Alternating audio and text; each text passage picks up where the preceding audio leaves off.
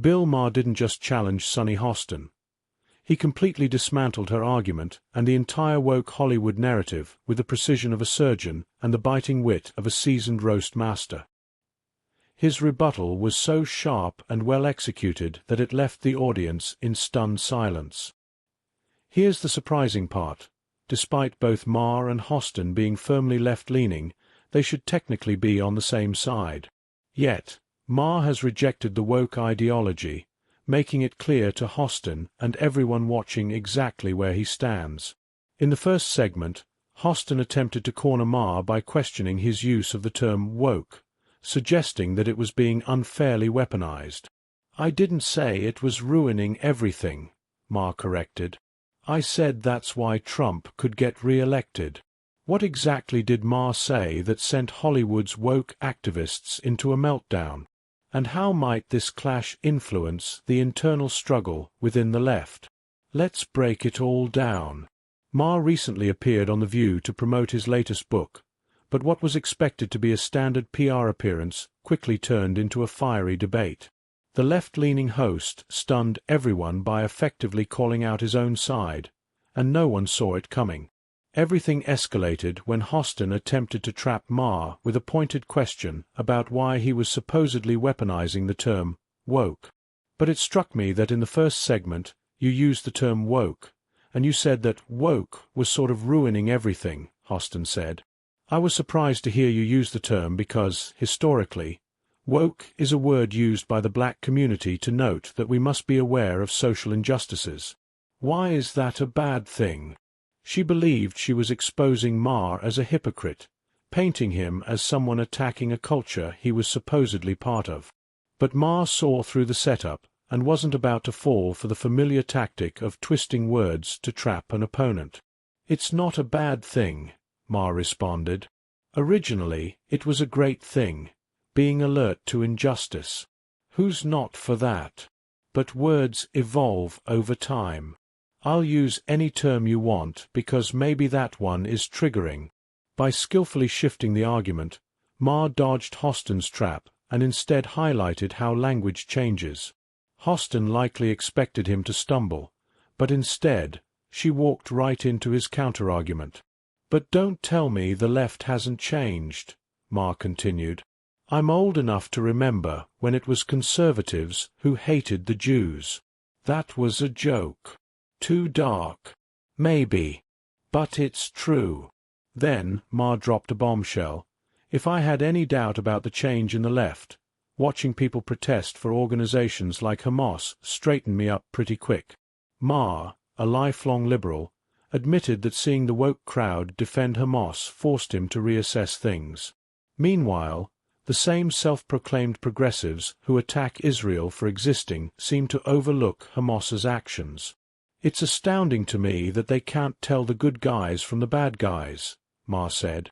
"If you support Hamas, just try living in Gaza for a day, not just now, but before the war. Trust me, you'd be begging to live in Tel Aviv." Maher then pointed out the double standards among woke activists. Most of the women on The View, including Hostin, would never choose to live in Palestine over Israel because of the stark differences in rights and freedoms. "Women have no rights in many majority Muslim countries," he stated. "No equal rights in speech, dress, education, reproductive rights, protection from sexual violence or harassment. And yet, people throw around the term apartheid without acknowledging the gender apartheid happening in much of the world." With this, Maher delivered another devastating blow, highlighting how many woke activists champion causes they wouldn't actually live under. His point was clear. While they harshly criticize Israel, they'd barely last a day under Palestine's restrictive laws. Realizing that Maher had successfully dismantled her argument, Hostin attempted to regain control by shifting the conversation toward concerns about civilian casualties and war crimes. But by then, it was too late. Maher had already made his stance clear. She tried to paint him as someone endorsing violence against innocent civilians. Her follow-up, coming on the heels of Maher's dazzling rebuttal, was a textbook woke maneuver aimed at undermining his moral character.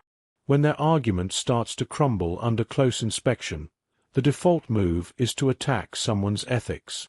But Maher was more than ready for that play. He fired off another salvo that completely dismantled the host and the woke camp's strategy, delivering a masterstroke that deserves special recognition. Well, that's ridiculous, but it's because they were, and they're defending themselves.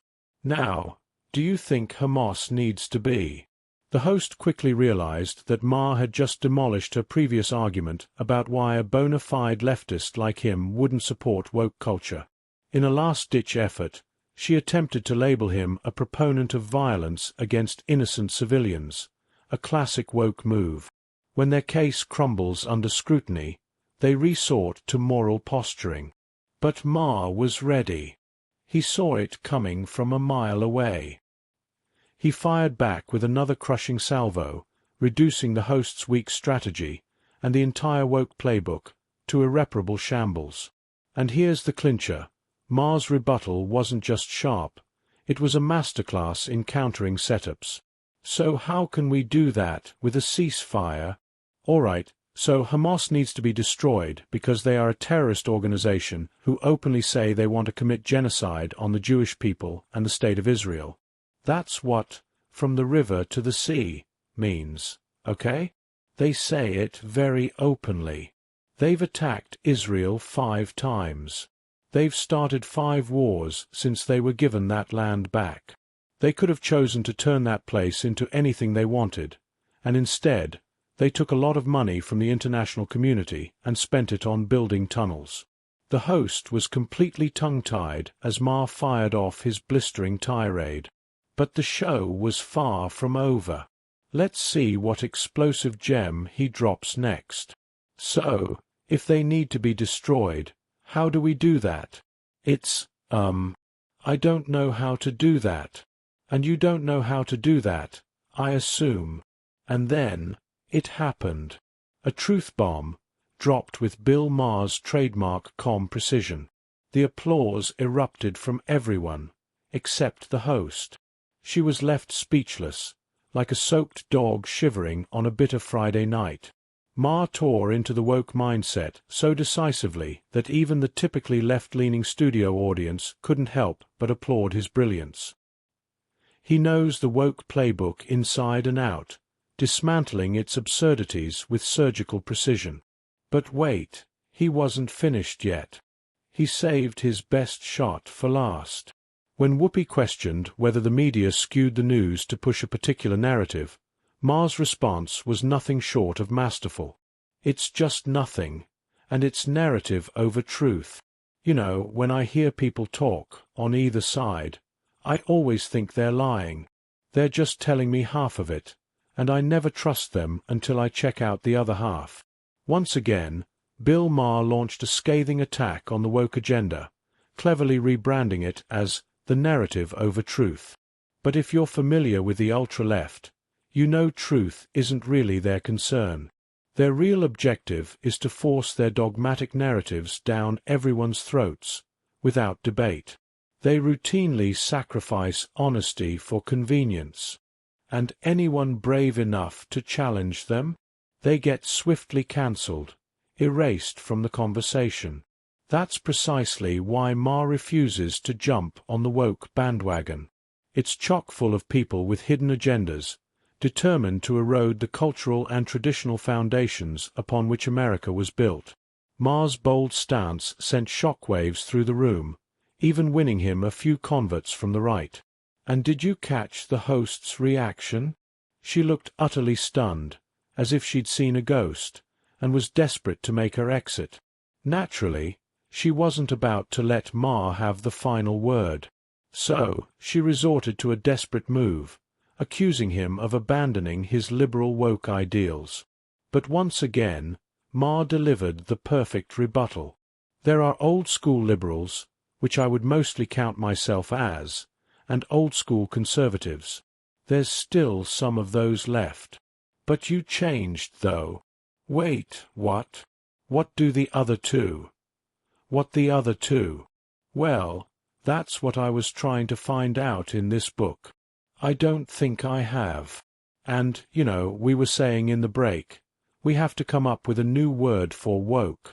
Let's have a contest because this is a word that's triggering, but the concepts are different than they were 5 years ago. Bill Maher made it crystal clear.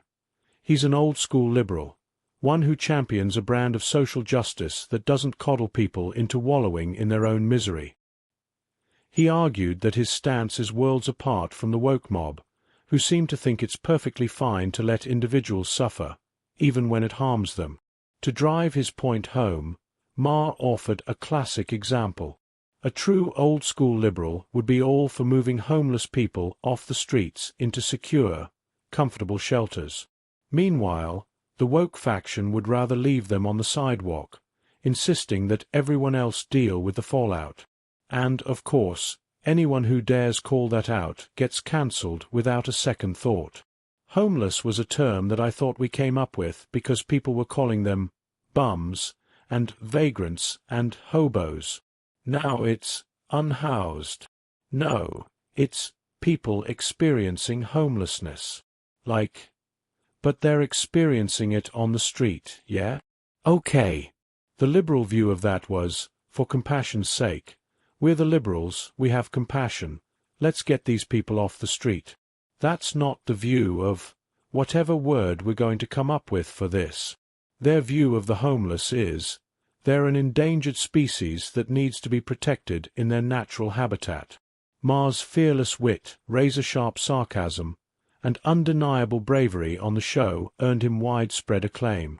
Every viewer seemed to be in awe of how effortlessly he put the woke mob in their place. One fan remarked, "I've never seen anyone dismantle the liberal woke narrative so smoothly and eloquently, leaving the View panel utterly dumbfounded and speechless." Others joined in, calling out the hypocrisy of woke culture. One commenter observed, "It's unbelievable how hypocritical these women are. They whine about the media not presenting both sides, when in reality, the media is already 90% on their side. They never even show the opposing view on their program." Another took aim at Sonny Hostin's tactics, stating, "Sonny needs to stop twisting words and attributing statements to people that they never made. It's pure gaslighting." Bill Maher's stint on The View wasn't a casual chat. It was a masterclass in deconstructing woke hypocrisy. From the moment the host attempted to trap him, Maher handled the situation like a seasoned veteran, calm, precise, and devastating. The woke mob never saw it coming, and judging by their collective meltdown, they're still reeling from the blow. That's a wrap for today's video. If you enjoyed it, hit the like button and subscribe for more epic takedowns of the woke mob. Catch you in the next one.